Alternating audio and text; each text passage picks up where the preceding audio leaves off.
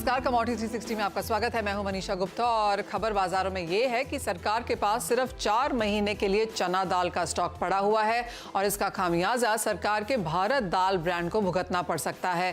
क्या है exact numbers और बाजार किस अवेलेबिलिटी फसल के साथ काम कर रहा है, इन सब को थोड़ा सा एनालाइज करते हैं। JLV एग्रो के डायरेक्टर विवेक अग्रवाल हमारे साथ हैं और agri farmer and trade association के जनरल सेक्रेटरी सुनील बलदेवा जी भी हैं। आप दोनों का स्वागत है। सबसे पहले आपसे ये जानना चाहते हैं कि आप दोनों को क्या लगता है कि क्या फसल है। सुनील जी, इस बार चने की फसल क्या थी?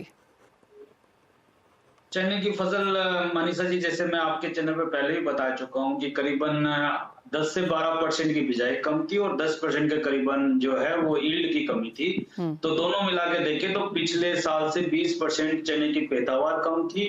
और सरकारी यदि हम स्टॉक की बात करें तो सरकारी स्टॉक पिछली बार 14 लाख टन से ज्यादा था, जो इस बार फरवरी के महीने मार्च के महीने में यदि हम बात करें तो 8-9 लाख टन था। और यदि हम प्राइवेट हाथों में बात करें तो पिछली बार चना जो था हर मिलर और ट्रेडर के पास था, लेकिन इस बार चना मिलर और ट्रेडर के पास भी कम था। तो मुझे लगता है कि टोटल यदि सप्लाई की बात करें तो सप्लाई करीबन 25% की कमी जरूर है, लेकिन उस कमी को पूर्ति जो है, जैसा आपने बोला पहले भारत दाल में, क्योंकि सितंबर तक सरकार ने करीबन भारत दाल के लिए अलॉट कर चुकी है चना, तो मुझे लगता है कि मई, जून, जुलाई, अगस्त, सितंबर ये महीने जो है वो भारत दाल मिलती रहेगी। हाँ, सितंबर ऑनवर्ड यदि चना सरकार को नया प्रोक्योरमेंट नहीं होता है तो फिर हमें जरूर दिक्कत आ सकती है, लेकिन सरकार ने चूंकि मार्केट रेट पे चना को जो है खरीदी का तैयारी कर ली है, तो मुझे लगता है कि जो दाल जो है, भारत दाल जो है वो शायद आगे भी जारी रह सकती है। यदि सरकार को कुछ माल मिल जाता है तो सरकार को यदि माल नहीं मिलता है तो सरकार के पास मसूर दाल है, मूंग दाल है और सरकार शायद मटर भी खरीद के भारत दाल में भारत मटर भी दे सकती है। तो मुझे लगता है दाल देना सरकार का ज्यादा एक सरकार का एक एम रहेगा कि हम दाल गरीबों को कैसे बांटे। तो सरकार के पास मसूर दाल है, मूंग दाल है और सरकार मटर दाल भी खरीद के भारत दाल में दे सकती है। ओके, विवेक, आपका क्या नंबर्स हैं यहाँ पर? आपको क्या लगता है किस तरह की अवेलेबिलिटी है एज ऑफ नाउ? और अब जिस तरह से यहाँ पर सरकार ने अलॉटमेंट तो जो दाल की है वो करीबन यहाँ पर 16.5 लाख टन की करी थी, लेकिन उसमें से माना यह जा रहा है कि 8 लाख टन अब तक यहाँ पर हम निकाल चुके हैं भारत दाल के नाम से। नमस्कार मनीषा जी, मुझे ऐसा लगता है कि दाल की अवेलेबिलिटी का एक जो प्रश्न है चना दाल की, वो आने वाला है। और जिस तरीके से भारत दाल मार्केट में सुपर हिट रही, लोगों ने हाथों हाथ लिया और मार्केट से 18 से 20% कम प्राइस पे थी, तो सरकार के लिए चना प्रोक्योर करना और उसकी दाल बना के मार्केट में देना एक चुनौती रहेगी। लेकिन अब जो वर्ग है, एक निश्चित वर्ग है, वो बिल्कुल इसका वेट करेगा भारत दाल का। तो अभी जैसे सुनील जी ने कहा, मुझे ऐसा लगता है कि मटर दाल एक बहुत अच्छा विकल्प है भारत सरकार के पास। 17-18 लाख टन हम ऑलरेडी इंपोर्ट कर चुके हैं और इसको और सरकार ने इसको आगे बढ़ा दिया है। और मटर की उपलब्धता पहले जो लोकल में है सरकार उसको प्रोक्योर करे, और उसके बाद अगर वो नहीं हो पाती है पूर्ति तो इम्पोर्टेड मटर भी खरीद सकती है सरकार और उसकी मटर दाल बना के भारत दाल में बिल्कुल सप्लाई कर सकती है, जो कि एक अच्छा माध्यम रहेगा चने दाल की जगह अल्टरनेट। क्योंकि चना की प्राइस मनीषा जी निश्चित रूप से बढ़ने वाले हैं। इसकी अवेलेबिलिटी कम है और मार्केट में भी काफी ये न्यूज है कि शॉर्टेज जो है उसका इम्पैक्ट मार्केट में आएगा। तो अच्छे प्राइस पे सरकार अगर खरीदने की कोशिश करे तो उतनी क्वांटिटी जिस प्रकार से ये प्रोक्योर कर रहे हैं नहीं मिल पाएगी। तो दूसरा इसका विकल्प मटर दाल ही मुझे दिखती है। मसूर भी इस पे सरकार इस बार मसूर दाल को भी प्रोक्योर कर रही है और इंपोर्ट भी काफी मात्रा में हो रहा है। तो दूसरा एक अल्टरनेट मसूर है। चने पे निश्चित रूप से एक परेशानी का सबब रहेगा भारत सरकार के लिए। और अभी तो प्राइस फिर भी ठीक है, लेकिन आगे आने वाले टाइम पे इस पे एक प्रश्न चिन्ह लग सकता है कि क्योंकि किसान MSP के ऊपर काफी माल बेच रहा है व्यापारियों के पास, तो ये एक चुनौती रहेगी चना प्रोक्योर करना। और फिर अगर उतनी मात्रा पे चना नहीं मिलता है तो फिर कौन सी दाल वो दें, क्योंकि ये भारत दाल अब निश्चित रूप से मुझे लगता है आने वाले टाइम पे ये स्कीम चालू रहेगी।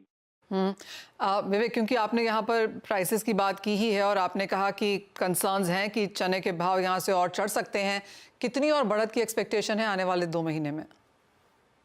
मनीषा जी, ये आने वाले जैसे ही मानसून स्टार्ट होगा और अपने त्योहारी सीजन स्टार्ट होंगे, तो मुझे लगता है कि वहां से 5 से 10% की प्राइस और बढ़ सकती है यहाँ से।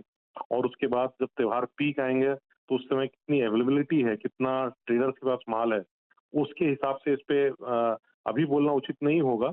लेकिन मार्केट मुझे बुलिश ही लगता है, मार्केट यहाँ से कमजोर नहीं लगता। सुनील जी, आप कैसे देखते हैं चने के प्राइसेस यहाँ से? प्राइसेस मनीषा जी, जैसे मैंने बताया कि करीबन 25 लाख टन की कमी है हमारे पास। यदि हम 10 लाख टन इंपोर्ट हो जाएगा ऐसा मान सकते हैं, क्योंकि 1.5 लाख टन पुराना चना हो सकता है, करीबन 2 लाख टन, 1.5 से 2 लाख टन का हम तंजानिया, इथोपिया वगैरह देशों से मंगा सकते हैं। और 7 लाख टन 8 लाख टन हम करीबन अब हो गया है कि शायद हम ऑस्ट्रेलिया से मंगाए, तो 10 लाख टन की जो है वो हमने भरपाई कर लिया, बाकी बचते 15 लाख टन। यदि हम मार्केट पे छोड़ दें तो करीबन केवल 5 लाख टन मटर दाल जो है वो स्विच होगी चना दाल के ऊपर। लेकिन यदि हम भारत दाल में मटर दाल को देने लग जाएं तो 5 से 7 लाख टन हम उस और खपत को बढ़ा सकते हैं, जो कि चने पे प्रेशर कम करेगी।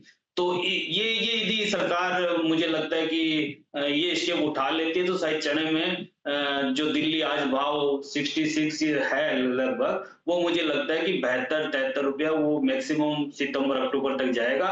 लेकिन हमें बेहतर प्लानिंग करना और बेहतर और टाइम पे प्लानिंग करना ये बहुत जरूरी रहेगा। उसके बिना चने की अवेलेबिलिटी तो कम है, यदि अवेलेबिलिटी कम रहेगी तो फिर भाव जो है वो कंज्यूमर पे डिपेंड करेंगे, वो सप्लायर या इंडस्ट्री पे डिपेंड नहीं करेंगे। सुनील जी, तुअर की कमी है तो पीला मटर खोल दिया, चने की कमी है तो पीले मटर से पूरी हो जाएगी, तो कितना प्रॉक्सी और कितना सब्स्टिट्यूशन देखते हैं आप सभी दाल अगर पीली मटर से पूरी होने लगे? नहीं, पीली मटर का जैसे मैंने कहा, चने से भी केवल 5 लाख टन करीबन ही स्विच हो पाएगी यदि जनरल नॉर्मल डिमांड की हम बात करें तो।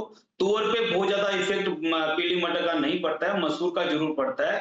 तुअर की जहां तक बात करें, मुझे लगता है कि तुअर में अब हमें 1-2 महीना तो अभी है हमारे पे संकट का काम, लेकिन उसके बाद हमारे अफ्रीका भी आने लग जाएगा और उसके बाद हमारे यहाँ बारिश अच्छी बता रहे हैं, यदि बिजाई अच्छी हो जाती है तो आने वाली फसल यदि अच्छी दिखाई देगी तो भी उस पे रिलैक्स हो जाएगा, भाव में रिलीफ मिल जाएगा। तो मुझे लगता है कि तुअर में अब ज्यादा सोचने की जरूरत नहीं है। अब जो हमें आगे दिखाई दे रहा है 3 महीने 4 महीने आगे की, मुझे लगता है उस पे सोचना चाहिए, और वो सरकार ने सोचा भी है और चने की ड्यूटी सही टाइम पे 0% करी है, ताकि ऑस्ट्रेलिया के किसानों को ये मैसेज चला जाए कि भारत जो है इंपोर्ट करेगा चने का, ताकि वो चने की बिजाई ज्यादा करे। तो मुझे लगता है कि कुछ सरकार ने सोचा है, कुछ हमें मटर को भारत दाल में देने के बारे में सोचना होगा, मटर के प्रोक्योरमेंट के बारे में सोचना होगा, और जितना जल्दी ये डिसीजन ले ले मुझे लगता है बहुत अच्छा रहेगा। विवेक जी, एक और चिंता बाजार में है, वो ये कि स्टॉक लिमिट अब इस वक्त यहाँ पर तुअर और उड़द में है, और क्योंकि सरकार बहुत ज्यादा चना प्रोक्योर नहीं कर पा रही है अभी तक भी, इवन एज ओपन मार्केट पे खरीदारी की बात है तो यहाँ पर भी शायद स्टॉक लिमिट आ सकती है। आप इस संदर्भ में कुछ सुन रहे हैं? ये स्टॉक लिमिट मुझे लगता नहीं कि ये सही निर्णय होगा अभी आज की परिस्थिति पे, क्योंकि जब भी आप स्टॉक लिमिट लगाते हैं तो इमीडिएटली उसका इम्पैक्ट आता है, पर लॉन्ग टाइम पे वो इम्पैक्ट नेगेटिव हो जाता है और प्राइसेस और बढ़ जाती हैं। मार्केट को खुला रहने दे सरकार। मटर की अच्छी इंपोर्ट आ रही है और मटर बिल्कुल चना को रिप्लेस कर रहा है, जैसे सुनील जी ने बोला और मेरा भी ये मानना है। तो मार्केट को खुला रहने दें। ये अगर किसी भी तहत अगर ये स्टॉक लिमिट आती है तो मार्केट को थोड़े टाइम के लिए ही एक प्राइस कंट्रोल करेगी, पर बाद में वो एक बड़ा संकट बन के उभरेगा, क्योंकि फिर व्यापारी उस ट्रेड से हट जाता है और ट्रेड से हटने के कारण बड़ा वैक्यूम बन जाता है। एक व्यापारी जब स्टॉक करता है, मार्केट में लिक्विडेट करता है, एक चेन बनी रहती है। तो मुझे लगता नहीं कि ये अच्छा निर्णय होगा, पर सरकार इसके लिए ज्यादा सजग है, वो ज्यादा समझ सकती है। पर व्यापारी वर्ग के हिसाब से और कंज्यूमर के हिसाब से भी ये अच्छा निर्णय नहीं होगा कि स्टॉक लिमिट इमीडिएटली अभी कुछ लगाई जाए।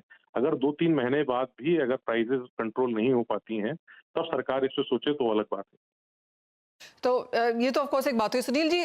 दूसरा ये एक और चीज़ की as of now of course यहाँ पर मई चल रहा है, मई का महीना है, जून है, जुलाई के बाद काफ़ी सारी दालें अंतर्राष्ट्रीय बाजारों में यहाँ पर आ जाएंगी, चाहे वो येलो पीस है या बाकी दालों के भी हम देखेंगे अवेलेबिलिटी इंटरनेशनल मार्केट्स में आती हुई। तो आप कहेंगे जो ये दालों की चिंताएं हैं, और जैसे आपने कहा भारतीय बाजारों में ऑफकोर्स मानसून है, बुआई के नंबर्स यहाँ पर देखने होंगे, तो ये जो पूरी दालों की चिंता है आप कहेंगे अगले 2 महीने के लिहाज से ही है? मई और जून तो दालों की डिमांड वैसे भी कम रहती है और हमने ये देखा कि दालों की डिमांड कम है, इसलिए इतनी बड़ी कमी होके भी सप्लाई में भाव नहीं बढ़ पा रहे हैं। आपने देखा तुअर के भाव थोड़े जरूर बढ़े हैं, क्योंकि तुअर हम कहीं से भी इंपोर्ट करने में अभी तक नाकाम रहे हैं। तुअर हमें इंपोर्ट बर्मा से कर सकते हैं, अफ्रीका से कर सकते हैं। पहले हम अफ्रीका देश से अच्छे से इंपोर्ट नहीं कर पाए, हमका मतलब हमारी ट्रेडर इंडस्ट्री और सरकार तीनों से है। उसके बाद म्यांमार से भी हम जितनी जरूरत होती है, जितनी इंपोर्ट होती है उतनी नहीं कर पाए। म्यांमार से हमेशा हम करीबन 2.5 लाख टन इंपोर्ट कर लेते हैं, लेकिन अभी तक हम 1.25 लाख टन इंपोर्ट कर पाए हैं। 1.25 लाख टन अभी भी वहां पे भाव बहुत ऊपर बोले जा रहे हैं, जिसकी वजह से व्यापारी मंगाने में इच्छुक कम हो रहा है, क्योंकि उनकी रिस्क लेने की क्षमता जो है वो काफी ज्यादा हो जाती है। ये रिस्क की जो संभावना है वो काफी ज्यादा हो जाती है, क्योंकि 1300-1400 डॉलर के भाव में माल मंगा के, या हो सकता है कि यहाँ पे मंदी आ जाए और यहाँ पे माल नहीं बिके। ये भी वजह है कि यहाँ पे इंपोर्ट कम हो रहा है।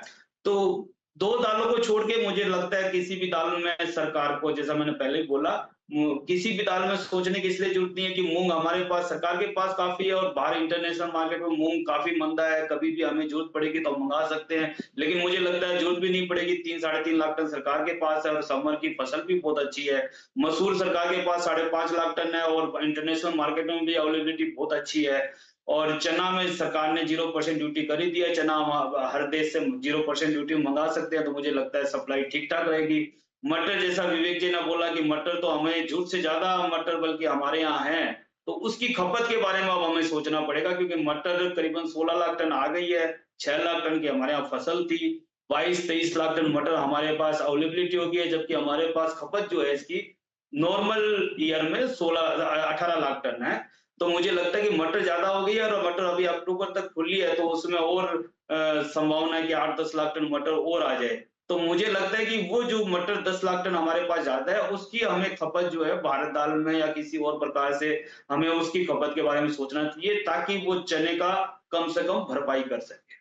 टेकन, ये सब आपके जो तर्क हैं वो मुझे समझ में आते हैं। एक फाइनल सवाल आप दोनों से बहुत जल्दी जल्दी, आप दोनों ने यही एक ही बात की है कि भारत दाल का प्रोग्राम तो यहाँ पर जारी रहेगा, शायद उसमें चने की बजाय यहाँ पर मसूर, पीली मटर ये सब ऐड करके सरकार इसको चलाती यहाँ पर रहेगी। एक फाइनल सवाल आप दोनों से, और सुनील जी आपसे पहले, कि अब आने वाले समय में जब तक हम इम्पोर्ट आता हुआ नहीं देखते जुलाई में, या फिर जब तक हम अपने बुआई के नंबर्स और मानसून नहीं देखते, तुअर और चने दोनों में ही आप किस प्राइस रेंज के साथ काम कर रहे हैं? मुझे लगता है तुअर के दाम ऑलरेडी बहुत ज्यादा है। यदि किसानों के पास और कच्ची आड़तों के पास माल होगा, जो ही हम देखेंगे मानसून, प्री मानसून बारिश होगी, वो माल निकलने लग जाएगा, वो उसकी अवेलेबिलिटी हो जाएगी। जहां तक मैंने बताया कि जो भाव काफी ज्यादा है, जो ही भाव थोड़े नीचे हो जाएंगे तो हम लोग, इंडस्ट्री भी थोड़ी रिस्क उठाने की क्षमता हो जाएगी इंडस्ट्री की, और वो भी म्यांमार या अफ्रीका से माल मंगा पाएगी, क्योंकि अभी दाम इतने ज्यादा है कि कोई भी इंपोर्टर भी माल मंगाने को इच्छुक नहीं है। और अभी तो लेकिन जहां तक चने का आपने बात बताया, चना, मुझे लगता है कि चना, यदि हम मटर में सही डिसीजन लेते हैं तो चना 70, 72, 75, ये दिल्ली के मैक्सिमम रेट है 70, 72 के। नहीं तो चना जो है वो कंज्यूमर तय करेगा कि कंज्यूमर कहां तक चना दाल खाता है। चना दाल के भाव 2016 में भी कंज्यूमर ने 150 रुपए की चना दाल भी खाई थी। यदि 150 रुपए की चना दाल इंडस्ट्री से यदि कंज्यूमर मांगेगा, तो इंडस्ट्री का दायित्व बनता है सप्लाई करने का। विवेक जी, आपको क्या लगता है क्या रेंज रहेगी तुअर और चने दोनों में? तो बिल्कुल मैं सहमत हूँ। तुअर अब उतनी ज्यादा नहीं बढ़ेगी, और तुअर की प्राइस अगर बढ़ेगी तो कंज्यूमर शिफ्ट हो जाएगा दूसरी दालों पे। चना पे बिल्कुल मेरा कहना है कि चना पे प्राइस यहाँ से बढ़ेगी, 75-80 रुपए तक बाजार एक बार जा सकता है जो त्योहारी सीजन आएंगे, क्योंकि मार्केट पे इसकी डिमांड रहेगी और मार्केट पे उतना अवेलेबिलिटी नहीं है आज भी। अगर मटर दाल को सरकार भारत दाल पे चलाती है और प्रोक्योर करती है, देसी पहले मटर को प्रोक्योर करे और बाद में इम्पोर्टेड को करे, तो डेफिनेटली एक बहुत अच्छा सप्लाई साइड हो जाएगा।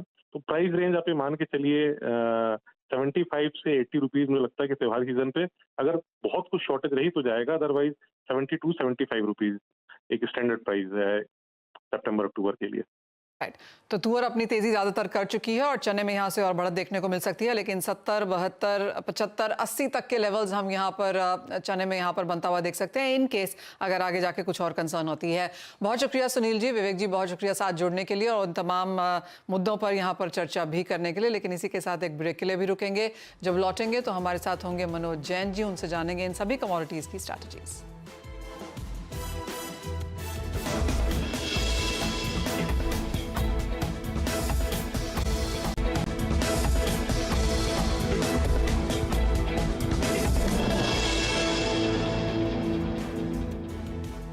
नमस्कार, पृथ्वी फिनमार्ट प्राइवेट लिमिटेड के मनोज कुमार जैन अब हमारे साथ जुड़ चुके हैं। मनोज जी नमस्कार, और सबसे पहले आपका व्यू यहाँ पर प्रेशियस मेटल्स पे लेना चाहेंगे।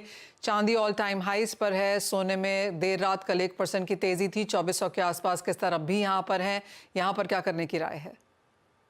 नमस्कार मनीषा जी, बिल्कुल यहाँ पे सोना और चांदी दोनों का ही मोमेंटम पॉजिटिव है। कल जब यूएस के इन्फ्लेशन के नंबर्स आए थे तो इनलाइन एक्सपेक्टेशन थे और इनफैक्ट यहाँ पे ईयरली बेसिस पे यूएस इन्फ्लेशन में थोड़ा कूल ऑफ देखने को मिला।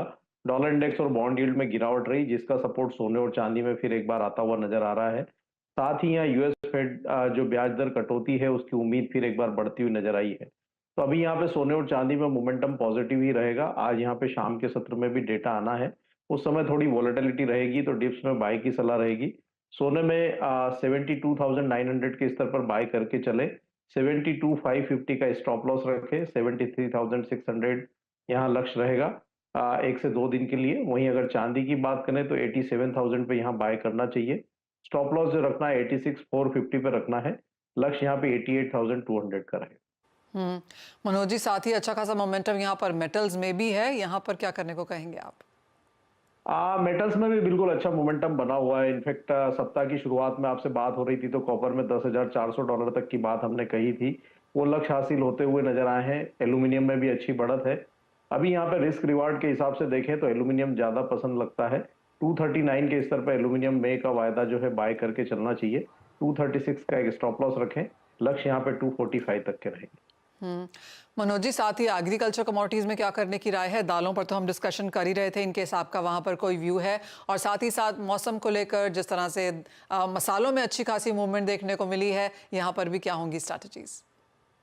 बिल्कुल, यहाँ पे जो जिस तरह से मौसम के अनुमान आ रहे हैं कि नॉर्मल जो है मानसून रह सकता है, पर यहाँ पे हम देख रहे हैं कि दालों में निश्चित रूप से थोड़ी शॉर्टेज है और उसी के चलते जो मोमेंटम है वो तेजी का बना हुआ है। लेकिन गवर्नमेंट के इंटरफेरेंस काफी है, तो वहां पे गवर्नमेंट का नियंत्रण जो है आगे भी जारी रह सकता है।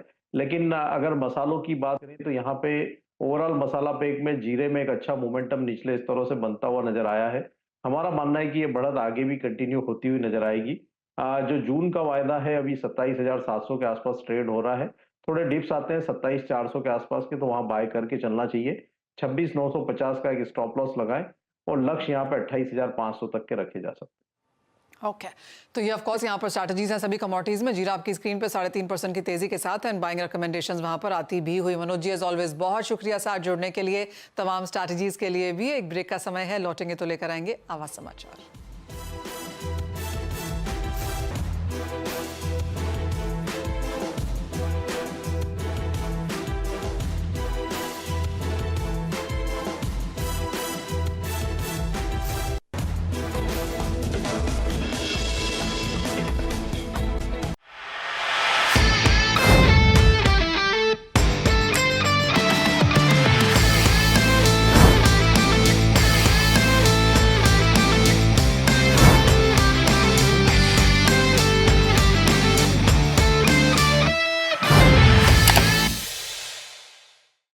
बता दें कि मनी कंट्रोल पर दिए गए विचार एक्सपर्ट्स के अपने निजी विचार होते हैं।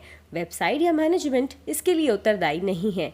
यूजर्स को मनी कंट्रोल की सलाह है कि कोई भी निवेश निर्णय लेने से पहले सर्टिफाइड एक्सपर्ट की सलाह लें।